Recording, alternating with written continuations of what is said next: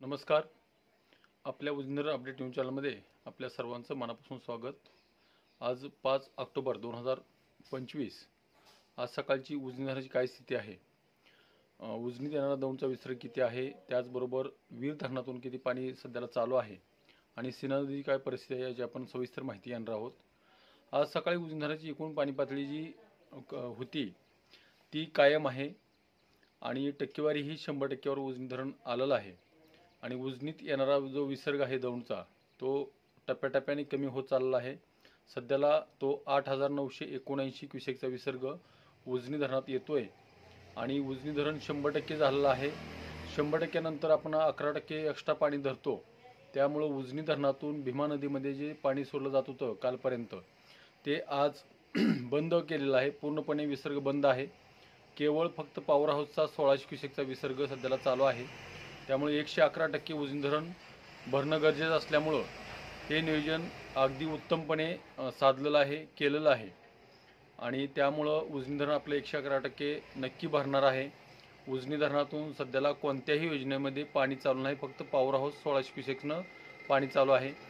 नीरा नदीमध्येही वीर धरणातून कसलाही विसर्ग सध्याला नाही, विसर्ग पूर्ण बंद झालेला आहे.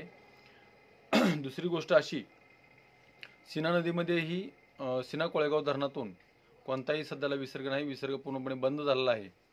पाऊस काही भागात पडतोय पण तो प्रमाण कमी असल्यामुळं त्याचा परिणाम जास्त एवढा होणार नाही.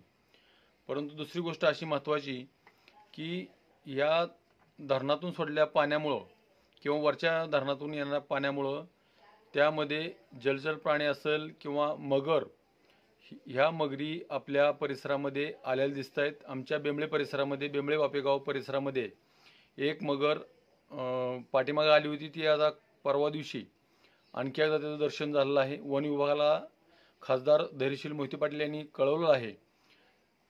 त्यामुळं त्या मगरीपासून किंवा वन्य जलचर प्राण्यापासून सावध राहणं गरजेचं आहे.